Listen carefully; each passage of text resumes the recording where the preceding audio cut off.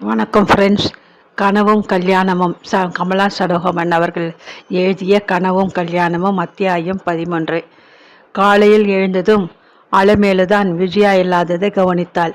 சத்திரத்திற்கு புறப்படும் முன் பிள்ளையாருக்கு அர்ச்சனை செய்வது நல்லது என்று லட்சுமி அருகில் இருந்த பிள்ளையார் கோவிலுக்கு சென்றிருந்தாள். அலமேலு அலறிக்கொண்டே புருஷனிடம் ஓடி வந்து விவரத்தை கூறினாள். அவசரமாக அவர் ரங்கராஜன் பீரோவில் வைத்திருந்த தன் கைப்பையை எடுத்து பார்த்தார். அதில் அவர் வைத்திருந்த வீட்டு சாவியை காணோம். அவர் பணம் அதிகமாக அந்த பையில் வைக்கவில்லை. முழு பணத்தையும் ரங்கராஜன் பொறுப்பில் கொடுத்திருந்தார். மீதி செலவுக்கு வேண்டிய பணம் மட்டும்தான் அதில் வைத்திருந்தார். அது பையில் பத்திரமாக இருந்தது. வீட்டு சாவியை மட்டும் எடுத்து போயிருந்தாள். அவள் கிராமத்துக்கு தான் போயிருக்கிறாள் என்று அனைவருக்கும் புரிந்தது. அதற்குள் கோயிலில் இருந்து வந்த லக்ஷ்மி விஷயத்தை தெரிந்து கொண்டதும் ரங்கராஜனை தனியாக அழைத்து, இதை பாருங்க, விஜயின் கல்யாணம் நிற்கக்கூடாது. காரிலே போங்க, அவளை தூக்கி போட்டு கொண்டு வாங்கோ. காதும் வச்சா போல இதை நீங்கள் முடிக்கணும். உனக்கு தெரியாது லட்சுமி, அவள் ஏதோ ஐடியா வச்சுட்டு தான் போயிருக்கா. எனக்கும் புரிகிறது. அவள் எது கேட்டாலும் வாங்கி தருவதாக ஒத்துண்டு அவளை இழுத்து கொண்டு வாங்கோ. நான் எங்கேடி போவேன்? நான் நல்ல எண்ணத்தோடு வரன் சொன்னதுக்கு என்னை கல்யாண தரகர்னு மட்டம் தட்டினாலே. பழைய சமாச்சாரம் இப்போ வேண்டாம். நமக்கு 2 பொண்ணு பிறந்ததா நினைத்து கொள்வோம். நானே வருவேன்.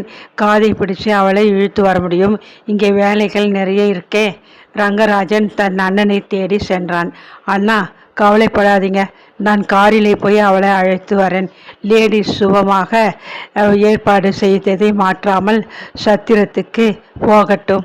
நான் அவளை சத்திரத்திற்கு கொண்டு வரேன். புருஷோத்தமன் கோபத்தை வெளிப்படையாக முகத்தில் காட்டாவிட்டாலும் கொதித்து போயிருக்கிறார் என்பதை சிவந்திருந்த அவர் கண்கள் நிரூபித்தன. வேண்டாப்பா, நானும் அலமுவும் கிராமத்துக்கு போகிறோம். இனிமேல் அவளுக்கு கல்யாணம் நடக்க போறதில்லை. நீ ராதாவின் கல்யாண வேலைகளை கவனிப்பா. அவளுடைய கல்யாணமாவது நடக்கட்டும். ஏன் உங்கள் வாயாலே இப்படி பேசுகிறீங்க? விஜயை பற்றி உங்கள் தம்பிக்கு நன்னா தெரியும்.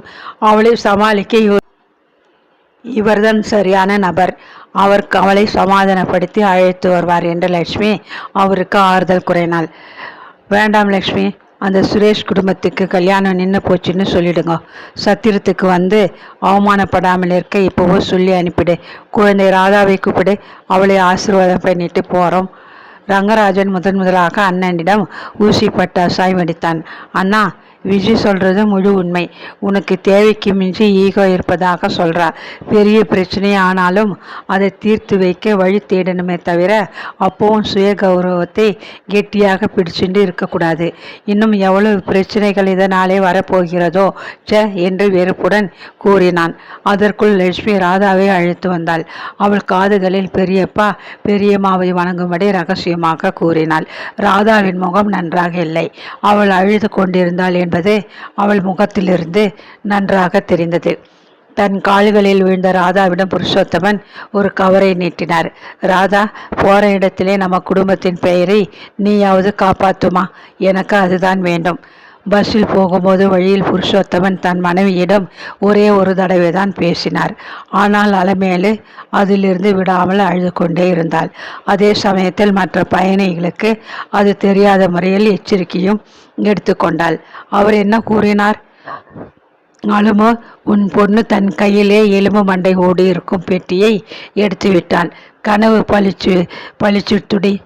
அலமுவின் அழுகைக்கு இந்த வார்த்தை போதாதா? இவர்கள் இருவரும் வீட்டினுள் நுழையும் போது விஜயா ஹாலில் உட்கார்ந்து டிவி சீரியல் பார்த்து கொண்டிருந்தாள். அலமுவிற்கு வயிறு எரிந்தது.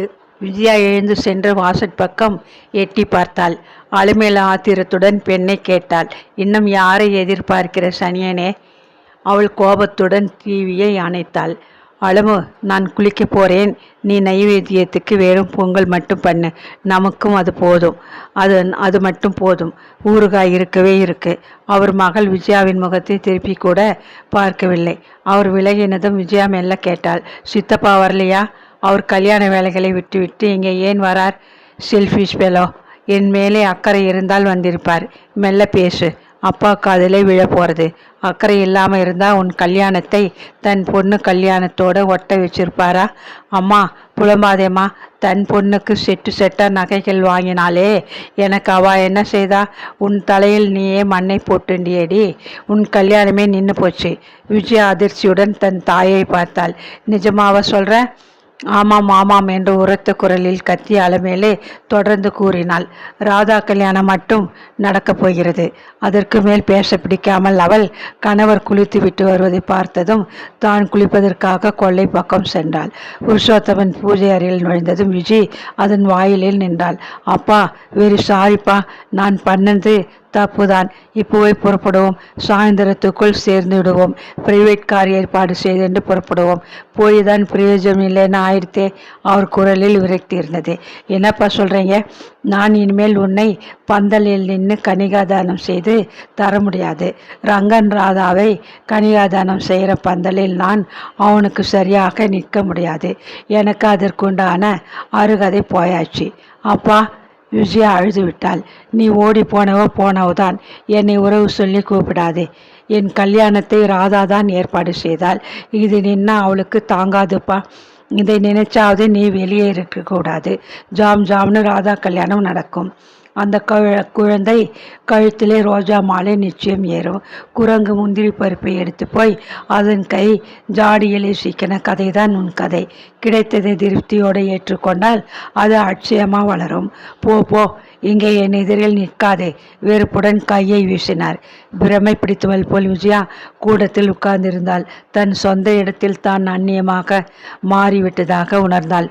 நிச்சயமான கல்யாணம் நிற்கக்கூடாது என்று பயத்துடன் சித்தப்பா தன்னை சமாதானப்படுத்த வருவார் என்றுதான் நம்பினாள்.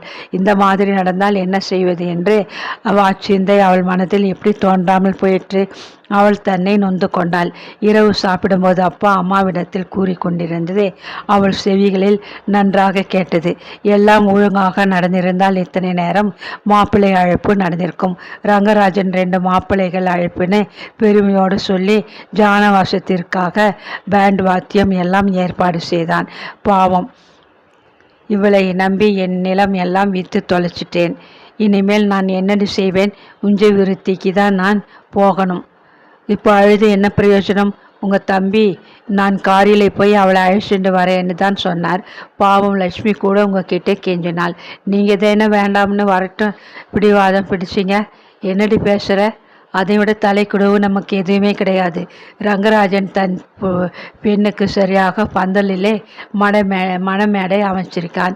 இது போதாதான் வந்திருக்கிற சம்பந்திகள் கூட சீர்வரிசையை பற்றி மூச்சு கூட விடலை.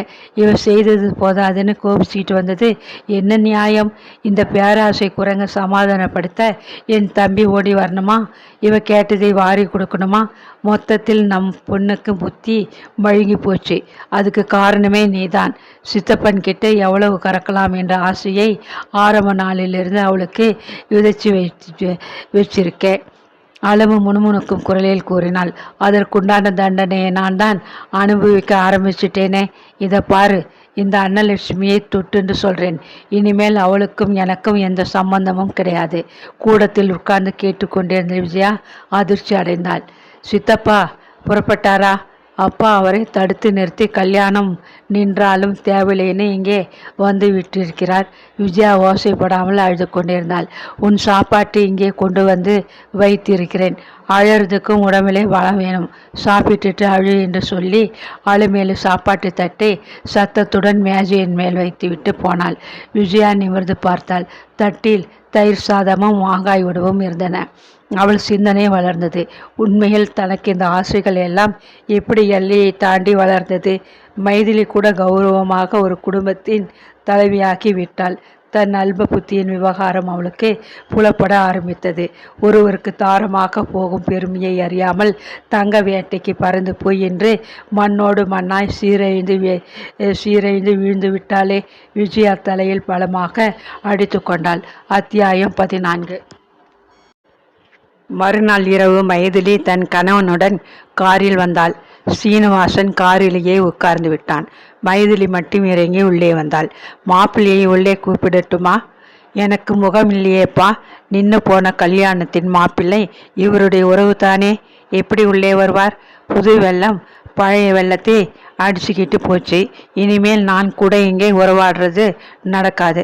புருஷோத்தமன் தலை குனிந்தார். காரணம் எதுவுமே எனக்கு வேண்டாம். உங்க காதில் விவரம் விழட்டுமேனு தான் நான் இங்கே வந்தேன். அம்மா, உன் பெரிய பொண்ணுக்கு பால் பாயாசம் செய்து கொடு, சாப்பிடட்டும். அழும அதிர்ச்சியுடன் மைதிலியை நெருங்கினாள். புருஷோத்தமன் நிதானமாக கேட்டார். என்னம்மா சொல்ற? ராதா கல்யாணம் முகூர்த்தம் வரையிலும் சுரத்தில்லாமல் நடந்தது. பந்திகளும் ஒழுங்காக முடிந்தது. ஆனால் ராதாவுக்கு சித்தம் பேதலித்திருக்கு.